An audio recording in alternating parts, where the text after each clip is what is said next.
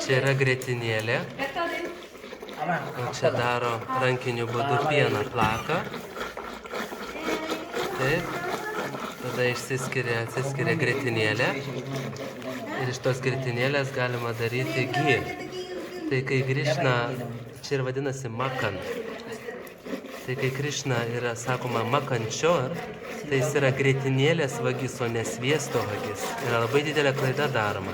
Krišna valgydavo ne sviestą, bet grietinėlę. Tai labai reikia kitaip suprasti. Va čia yra tikra grietinėlė.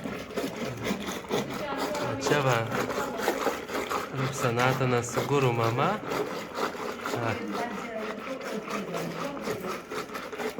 Plaka. Pieną. Va. Grietinėlė labai įdomiai atrodo pas juos čia.